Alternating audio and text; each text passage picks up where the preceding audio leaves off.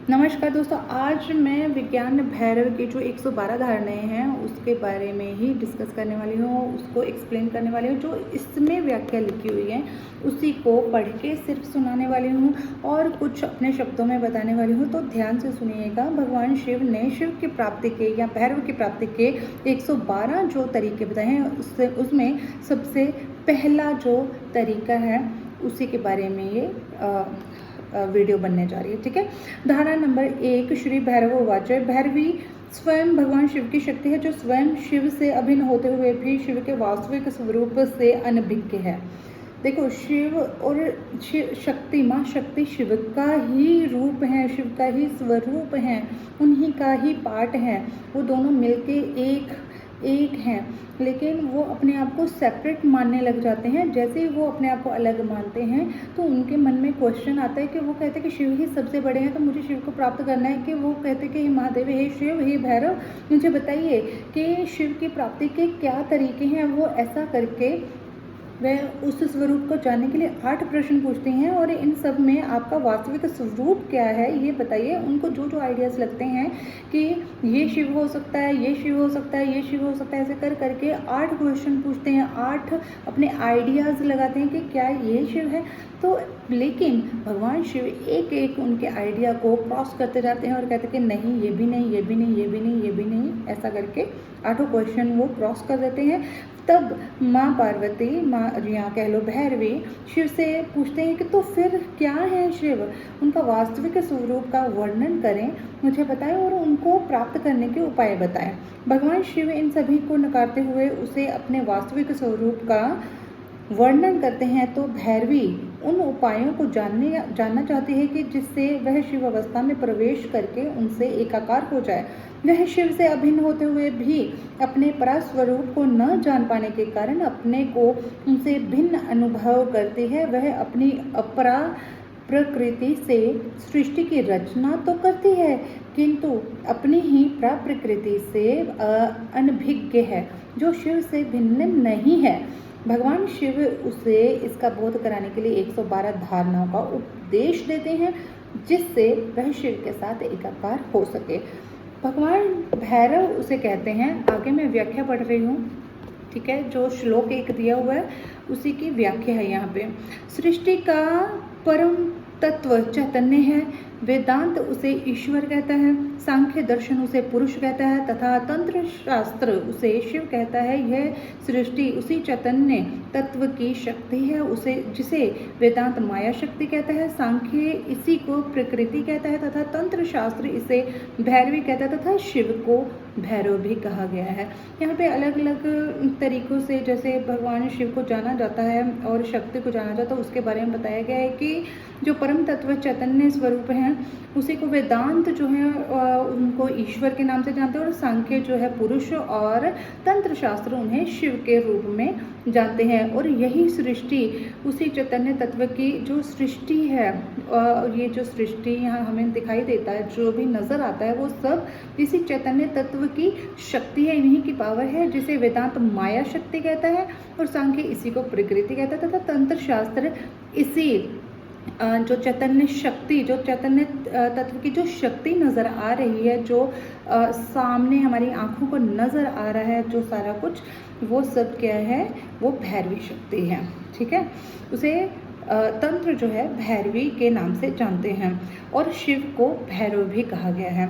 यह भैरवी शक्ति अपनी परावस्था में शिव से अभिन्न रहती है, एकाकार रहती है, किंतु अपनी अपरावस्था में यही सृष्टि की रचना करती है। शरीरों में यही शक्ति प्राणों के रूप में जीवधारियों में विद्यमान रहकर उन्हें जीवन प्रदान करती है। प्राणों की इसी शक्ति से सभी जीवधारी प्राणी जीवन प्राप्त करते हैं तथा प्राणों के निकल जाने पर वे मृत घोषित कर दिए जाते हैं।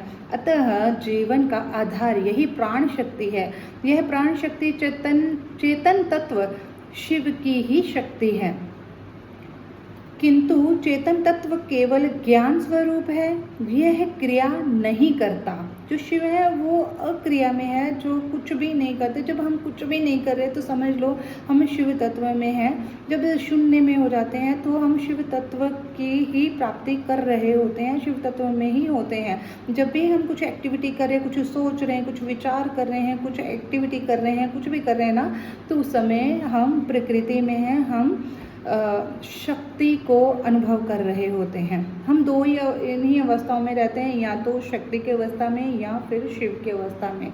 शिव की अवस्था को प्राप्त करना थोड़ा सा कठिन रहता है, क्योंकि उसके लिए कॉन्शियस एफर्ट्स लगते हैं, और प्रकृति तो नेचुरल वे से वो अपना काम करती ही रहती है।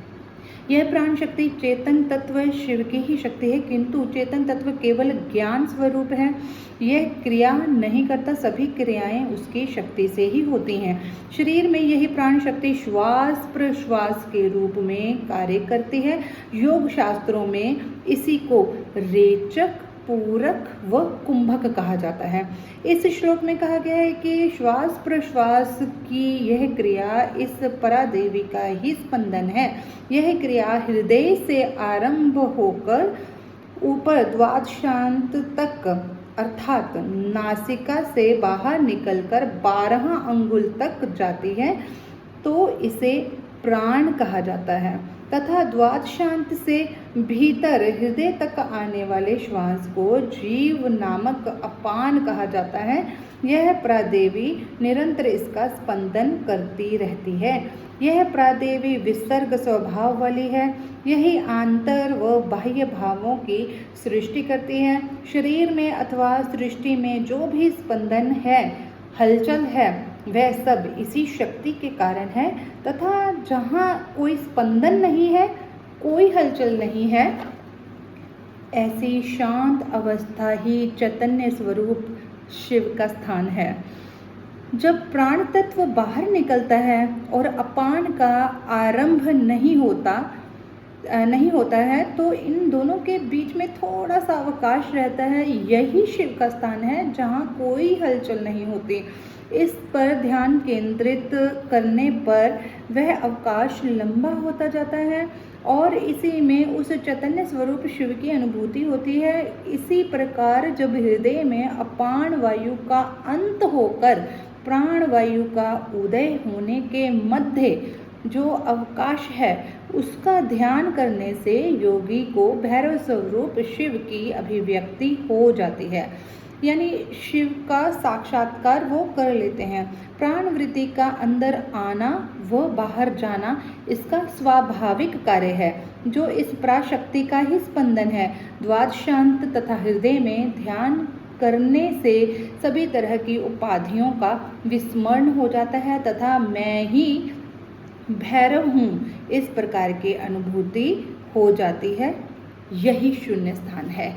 अब ये सारे में बताया क्या गया कि जो हम सांसें ले रहे हैं और छोड़ रहे हैं, ये एक प्राकृतिक ये प्रोसेस चल रहा है। इसमें हम नहीं जानबूझ के सांसें नहीं ले रहे हैं, जानबूझ के सांसें नहीं छोड़ रहे, लेकिन सांस को लेते और छोड़ते टाइम पे हम कितना गैप क्रिएट कर सकते हैं। जब हम गैप क्रिएट कर रहे हैं बीच में या होल्ड कर रहे हैं अपनी सांसों को, या कुंभक लगा रहे हैं, जिसको कुंभक बोला गया है, कुंभक जब लग रहा है उस टाइम पे जब हम सांस को होल्ड कर रहे हैं, वो होल्ड करने का जितना टाइम, जितना गैप बढ़ता जाएगा, हम शिव तत्व में उतना टाइम तक रहते हैं। यानी कि वो जो शून्य की अवस्था है, जब प्रकृति अपना कुछ भी काम नहीं कर रही, जब प्रकृति कुछ नहीं कर रही, उस टाइम पे हम शिव तत्व में होते हैं। हम शिव तत्व का अगर साक्षात्कार करना चाहते हैं तो हमें अपने श्वासों की गति को थोड़ा सा धीमा करना पड़ेगा, गहरा करना पड़ेगा, लंबा करना पड़ेगा और उसको रोकना सीखना होगा।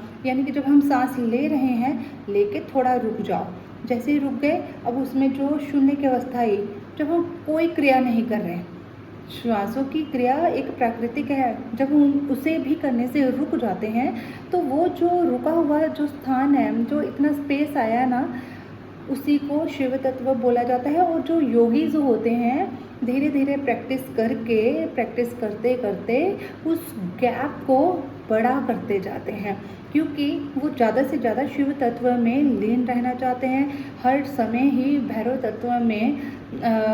तत्व का साक्षात्कार करना चाहते हैं। इस वजह से वो अपनी सांसों को होल्ड करने की प्रैक्टिस ज़्यादा से ज़्यादा करते हैं।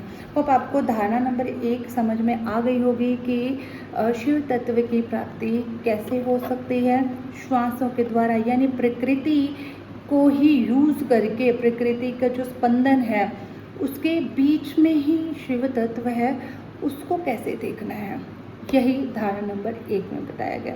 Thank you so much. अगर वीडियो अच्छी लगी हो तो लाइक और शेयर करना ना भूलिएगा। Thank you.